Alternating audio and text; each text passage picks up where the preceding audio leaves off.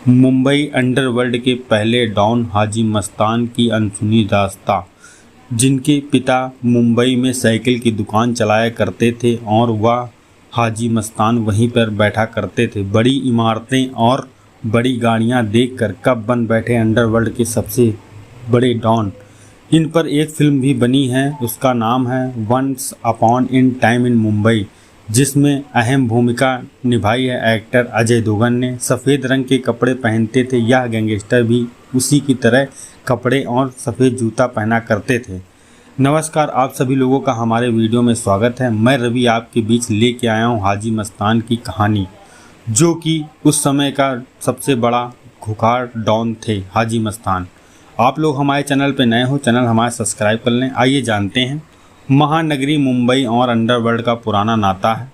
सपनों के इस शहर की चकाचौंध के बीच जुर्म की अंधेरी गलियों में कई ऐसे माफिया डॉन वजूद में आए, जिन्होंने मुंबई ही नहीं बल्कि देश की सरहदों से बाहर निकलकर विदेशों तक अपने आतंक का सिक्का चलाया। ऐसा ही एक नाम था बाहुबली माफिया तस्कर हाजी मस्तान का, जो मुंबई का पहला अंडरवर्ल्ड डॉन कहलाया। कौन था हाजी मस्तान? हाजी मस्तान मिर्जा का जन्म तमिलनाडु के कुंडलौर में 1 मार्च 1926 को हुआ था। उसके पिता हैदर मिर्जा एक गरीब किसान थे। उनका परिवार आर्थिक रूप से काफ़ी कमज़ोर था। कई बार घर में खाने के लिए भी नहीं पैसे होते थे। घर का गुजारा बड़ी मुश्किल से होता था। इसी परेशानी में हैदर नए काम के लिए शहर जाना चाहते थे, लेकिन घर की परेशानी की वजह से वो घर नहीं छोड़ पाते। 1934 में मुंबई आया मिर्जा परिवार। हैदर मिर्जा के घर में हालत बहुत ख़राब थे। 2 दिन तक घर में खाना नहीं बना था। तब हैदर मिर्जा ने आखिरकार बाहर जाकर पैसे कमाने का मन बनाया। 1934 में वह अपने बेटे मस्तान मिर्जा को लेकर साथ मुंबई आ गए। वहां उन्होंने कई काम किए, मगर कामयाबी नहीं मिली। उसके बाद उन्होंने काफाड मार्केट के पास बंगाली टोला में साइकिल रिपेयरिंग की दुकान खोली। दुकान खोले काफ़ी वक्त बीत चुका था, लेकिन कोई खास कमाई नहीं हो रही थी। दुकान पर खाली बैठा 8 साल का मस्तान सड़क में आने जाने वाली शानदार गाड़ियां और आलीशान इमारतों को देखता रहता था। वहीं से उसने उन गाड़ियों और बंगलों को अपना सपना बनाने का सोचा था। डॉन मस्तान डाक पर मिला कुली का काम। मुंबई आए हुए उन्हें 10 साल बीते चुके थे। हालत अभी भी पहले से बेहतर नहीं थी। इसी बीच मस्तान की मुलाकात मुंबई में गालिब शेख नाम के एक शख्स से हुई। उसे एक तेज तर्रार लड़के की ज़रूरत थी। उसने मस्तान को बताया कि अगर वह डाक पर कुली बन जाए तो वह अपने कपड़े और थैलों में से कुछ खास सामान छुपाकर आसानी से बाहर ला सकता है, जिसके बदले उसे पैसा मिलेगा। इसके बाद मस्तान ने 1944 में डाक में कुली के तौर पर काम करना शुरू कर दिया। वह मन लगाकर काम करने लगा था। इसी दौरान वह डाक पर काम करने वालों से मस्तान ने दोस्ती करना शुरू कर दिया। वो वहां आने जाने वालों लोगों से दुआ सलाम भी करने लगा। जुर्म की दुनिया में पहला रखा कदम। दरअसल 40 के दशक में विदेश से जो लोग इलेक्ट्रॉनिक सामान, महंगी घड़ियां या सोना चांदी और गहने लेकर आते थे, उन्हीं उस सामान पर टैक्स की शक्ल में बड़ी रकम अदा करनी पड़ती थी। यही वजह थी कि डाक पर तस्करी करना एक फ़ायदे का सौदा था। गालिब की बात मस्तान को समझ में आ चुकी थी। उसने इसी मौके को हाथ से जाने नहीं दिया और गुपचुप तरीके से वह तस्करों की मदद करने लगा। तस्कर विदेशों से सोने के बिस्कुट और अन्य सामान लाकर मस्तान को देते थे और वह उसे अपने कपड़ों और थैलों में छुपाकर डाक से बाहर ले जाता था। कुली होने के नाते कोई उस पर शक नहीं करता था। इसी वजह से काम में एवज में मस्तान को अच्छा पैसा मिलने लगा था। तस्कर बन गया था मस्तान। डाक पर काम करते करते मस्तान की ज़िंदगी बेहतर होने लगी थी। तस्करों की मदद करने से उसे खासा फ़ायदा हो रहा था। 1950 का दशक मस्तान मिर्जा के लिए मील का पत्थर साबित हुआ। 1956 में दमन और गुजरात का कुख्यात तस्कर शुकुर नारायण बखिया उसके संपर्क में आ गया। दोनों के बीच दोस्ती हो गई। दोनों साथ मिलकर काम करने लगे। उस वक्त सोने के बिस्किट फिलिप्स के ट्रांजिस्टर और ब्रांडेड घड़ियों की बहुत मांग थी, मगर टैक्स की वजह से भारत में इस तरह का सामान लाना बहुत महंगा पड़ता था।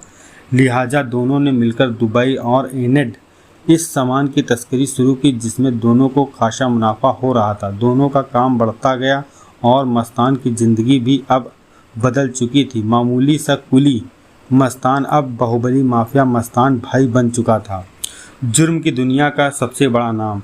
यूँ तो पहले मुंबई में वरदाराजन मुदलियार उर्फ वर्धा का नाम चलता था, लेकिन वह माफिया डॉन जैसी छवि नहीं बना पाया था। कुछ समय बाद वर्धा वापस चेन्नई चला गया। अब मुंबई अंडरवर्ल्ड की दुनिया में सिर्फ एक नाम था, मस्तान भाई यानी हाजी मस्तान। 1970 का दशक आते आते मस्तान मुंबई में अपनी अलग पैठ बना चुका था। उसने 10 साल के भीतर मुंबई में एक बड़ा मुकाम हासिल कर लिया था। समुद्र में उसका राज चलने लगा था। मस्तान जैसा बनना चाहता था वह उससे ज़्यादा ही बन गया था। अब वो अमीर भी था और ताकतवर भी था। उसे सफ़ेद डिजाइनर सूट पहनने और मर्सिडीज़ की सवारी करने का बहुत शौक था। उसके हाथ में हमेशा विदेशी सिगरेट और सिगार दिखाई देती थी। ऐशो आराम उसकी ज़िंदगी का अलग ही स्टाइल था। बॉलीवुड से भी था लगाव। मुंबई अंडरवर्ल्ड के राजा कहे जाने वाले हाजी मस्तान मिर्ज़ा का बॉलीवुड से बहुत ज़्यादा लगाव था। मुंबई के पुराने लोग बताते हैं कि हाजी मस्तान बॉलीवुड अभिनेत्री मधुबाला का दीवाना था। वह उससे शादी करना चाहता था, मगर हालात के चलते ऐसा नहीं हो सका। फिर मधुबाला जैसी दिखने वाली फिल्म अभिनेत्री सोना मस्तान को भा गई और उसी के साथ मस्तान ने शादी की। मस्तान ने सोना के लिए कई फिल्मों में पैसा लगाया, लेकिन उनकी फिल्में नहीं चल सकी। बताते हैं कि दिलीप कुमार, अमिताभ बच्चन, राज कपूर, धर्मेंद्र, फिरोज खान और संजीव कुमार जैसे बॉलीवुड सितारों से हाजी मस्तान की दोस्ती थी। कई बड़ी बॉलीवुड हस्तियां अक्सर उसके बंगले पर दिखाई देती थी। पहली गिरफ्तारी और पुलिस नतमस्तक। मुंबई में हाजी मस्तान मिर्ज़ा का नाम इतना बड़ा बन चुका था कि पुलिस और कानून उसके लिए कई मायने नहीं रखता था। 1974 में जब पुलिस ने पहली बार हाजी मस्तान को गिरफ्तार किया तो एक वीआईपी की तरह तमाम सुविधाएं दी गई थी। उसे हवालात में न रखकर एक बंगले में नज़रबंद रख दिया गया था। खाने के लिए बेहतरीन इंतजाम किए गए थे। उसकी खातिरदारी के लिए हर वक्त ज़रूरत का ख्याल रखा गया था, जिसकी मस्तान को चाह थी। पुलिस वाले भी उसे सलाम करते थे। मस्तान भी पुलिस वालों के लिए काम आता था। उन्हें महंगे उपहार देना उसकी आदत में शामिल था और अगर कोई अफसर उसका कहा नहीं मानता था तो वह उसका तबादला करा देता था।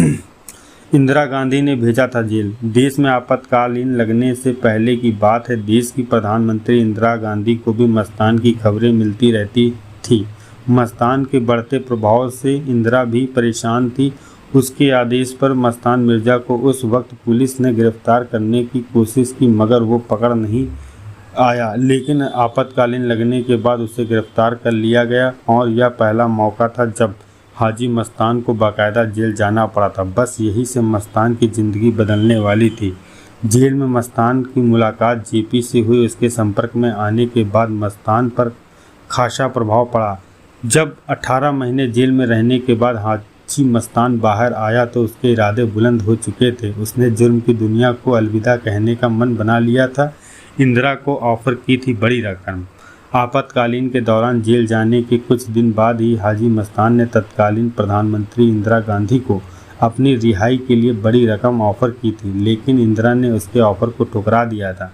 आपातकालीन के बाद जब जनता पार्टी की सरकार बनी तो हाजी मस्तान सहित करीब 40 बड़े तस्करों को माफ़ी मिल गई थी। दरअसल इमरजेंसी लगने से पहले मस्तान ने कई नेताओं को पुलिस से बचाने और भगाने में मदद की थी, इसीलिए जनता पार्टी की सरकार ने उसके प्रति नरम रवैया अपनाया था। राजनीति में की थी एंट्री। आखिरकार 1980 में हाजी मस्तान ने जुर्म की दुनिया को अलविदा कहकर राजनीति का रुख कर लिया। 1984 में महाराष्ट्र के दलित नेता जोगिंदर कावाड़े के साथ मिलकर खुद की पार्टी दलित मुस्लिम सुरक्षा महासंघ बनाई। आगे चलकर 1990 में इसका नाम बदलकर भारतीय अल्पसंख्यक महासंघ कर दिया गया था। बॉलीवुड के सुपरस्टार दिलीप कुमार ने इस सियासी पार्टी का खूब प्रचार किया। वे पार्टी के कई कार्यक्रम में दिखाई देते। हाजी मस्तान की इस पार्टी ने बाद में मुंबई, कोलकाता और मद्रास के निकाय चुनाव में भागीदारी की। बताया जाता है कि चुनाव में भले ही पार्टी को कामयाबी नहीं मिली, लेकिन इस चुनाव में काले धन का जमकर इस्तेमाल हुआ था। वहीं से चुनाव में भारी पैसा खर्च करने का रूप शुरू हो गया था। ना चलाई गोली, ना ली किसी की जान। हाजी मस्तान मुंबई अंडरवर्ल्ड का सबसे ताकतवर डॉन था, लेकिन इस शक्तिशाली डॉन ने अपनी पूरी जिंदगी में किसी की जान नहीं ली, किसी पर हमला नहीं किया, यहाँ तक कि एक भी गोली नहीं चलाई। बावजूद इसके हाजी मस्तान जुर्म की काली दुनिया में सबसे बड़ा डॉन बन गया। उस दौर में उसके नाम की तू मुंबई ही नहीं बल्कि पूरे महाराष्ट्र में बोलती थी। हाजी मस्तान जिंदगी भर मुंबई में लोगों की मदद भी करता, अपने आखिरी वक्त तक अपने परिवार के साथ बिताता है, जिसमें पत्नी और उसका गोद लिया बेटा शामिल था। और 1994 में हार्ट अटैक से हाजी मस्तान की मौत हो गई थी। अब भी मुंबई में उसकी किस्से सुनने को मिलते हैं। आई होप हमारी कहानी आपको अच्छी लगी हो। आप लोग हमें कमेंट बॉक्स में ज़रूर जवाब दें। अगर आपके पास भी कोई कहानी हो तो हमें कमेंट बॉक्स में दें। अगर हमें अच्छी लगेगी तो हम उस कहानी को ज़रूर लेके आएंगे। चैनल को सपोर्ट करें, हमारे सब्सक्राइब करें। Thank you so much. जय हिंद, जय भारत। मिलते हैं नेक्स्ट कहानी में नेक्स्ट डे। धन्यवाद।